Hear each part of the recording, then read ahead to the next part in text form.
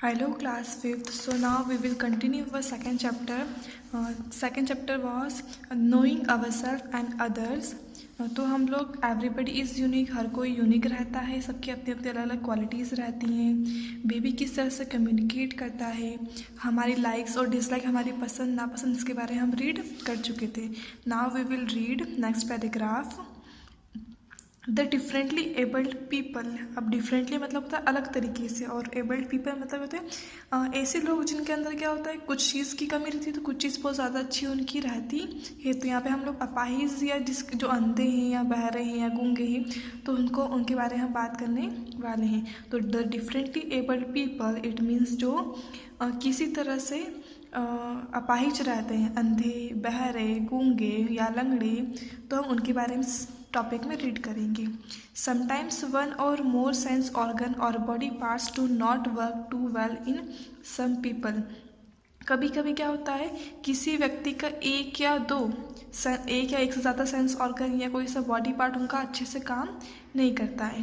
They may have one or two other sense organ which may be stronger and sharper. लेकिन क्या होता है कि यदि उनके पास एक दो सेंस ऑर्गन काम नहीं कर रहे तो उनके बॉडी के दूसरे पार्ट ऐसे होते हैं जो कि बहुत ज़्यादा स्ट्रॉन्ग रहते हैं, मतलब जो कि बहुत ज़्यादा अच्छे काम करते हैं. जिससे कि जो अंधा रहता है, यदि उसे दिखाई नहीं देता है तो उसकी सुनने की शक्ति जो होती है वो बहुत अच्छी रहती है, कि मतलब वो सुन के सारे काम वो कर लेता है.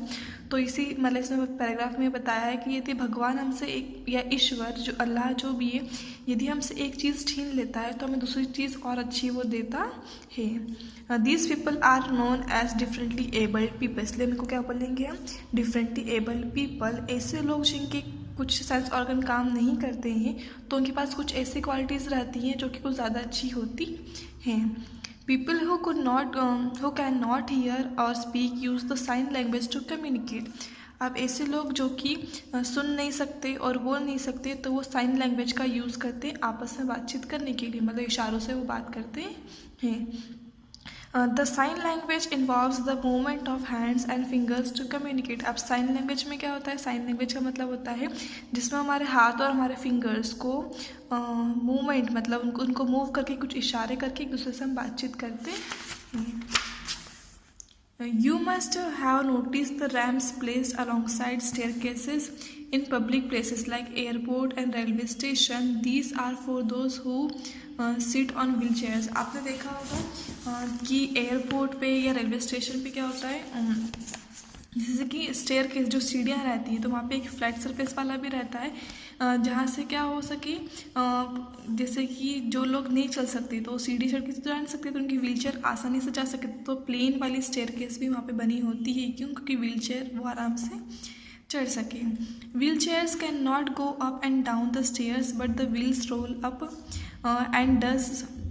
And down ramp smoothly. यदि हम बात करें व्हील चेयर की, तो व्हील चेयर यदि हम सीढ़ी पे ऊपर चढ़ेंगे या उतरेंगे तो ये पॉसिबल नहीं है, लेकिन व्हील्स जो व्हील चेयर के जो पहिए रहते हैं वो आराम से रोल हो सकते हैं, ऊपर भी जा सकते हैं, नीचे भी आ सकते हैं, ऐसे सरफेस पे जो कि इवन हो. इसलिए वहाँ पे रैंप जो है, मतलब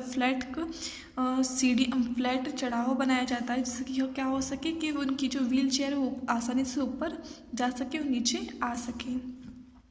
Nowadays, special toilets are also made for the differently abled people in public places. अब क्या स्पेशल टॉयलेट भी बनाई जा रही, क्योंकि यदि कोई लोग लंगड़े हैं या उनके पैरों में कुछ प्रॉब्लम है तो वो बैठ नहीं सकते हैं प्रॉपर तरीके से, तो उसके लिए स्पेशल टॉयलेट भी जो है पब्लिक प्लेसेस में बनाई जा रही है.